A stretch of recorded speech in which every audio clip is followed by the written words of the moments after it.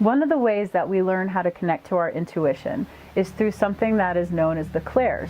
There are multiple clairs, but for the process of this course, we're going to be going over some of the more common clairs that you may experience. So the first one is called clairvoyance. Clairvoyance is also known as clear seeing. It can actually be mental pictures or images that pop into your mind.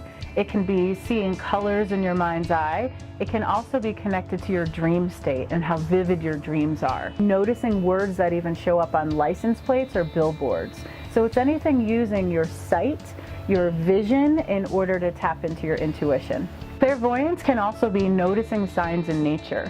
A lot of people will connect to loved ones that have passed, or their angels or guides, or spirit in general, when they see feathers on the ground, pennies on the ground. It can be animals, and then learning a little bit more about what that animal represents as a totem. The more that we learn how to cultivate sacred sight within ourselves, we will begin to pay attention out in nature and see how often spirit really is speaking to us. We're also going to talk about clairaudience.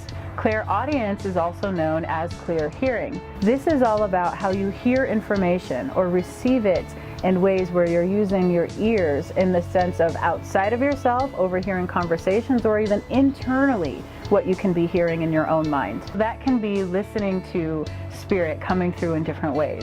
Have you ever had an experience where you're driving around in the car and maybe a song comes on and it reminds you of a loved one?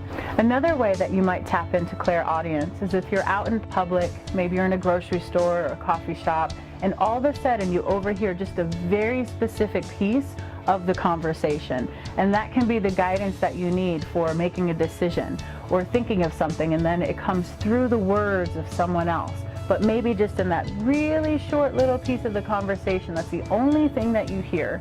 That's another way that you tap into your clairaudience. So another one of the clairs is also known as claircognizance. This is clear knowing.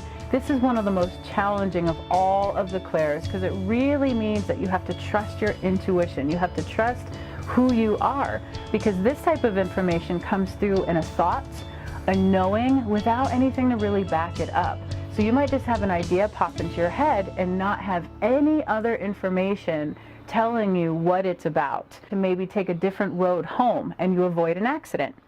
It could also be something pops in your head to reach out to a friend, and the friend says, "I was just thinking about you today. It's really strange that you called." You might say, "I just had this idea," or something just popped into my head. That's usually claircognizance. It's a knowing of information that drops in without any other necessary connection. So claircognizance doesn't always have a visual or something connected to it. It's very much about an idea, a thought, or just a feeling that pops into your mind. So the last clair that we're going to be talking about is called clairsentience. Clairsentience is clear feeling. This is a really powerful clair because a lot of us will experience it and not realize it's actually connected to our intuition. So this is very different for a lot of people. If you've ever caught yourself saying that you have butterflies in your stomach or something just doesn't feel right, you're tapping into clairsentience. It can even be noticing very small, subtle shifts. So that can be entering into a space and all of a sudden your stomach doesn't feel so good. Or it can be all of a sudden a shift in temperature in the room and you can feel it on your skin. Having goosebumps is also clairsentience. There's a lot of us that will actually have layers of different clairs that we access. So it's not necessary that you have just one that you're proficient in. You could have all of the clairs but only have maybe one or two that are accentuated all over all the others. In my case, I use all of the clairs, but in very different ways. It's not just the temperature in the room, it's actually you connecting with spirit in a new way.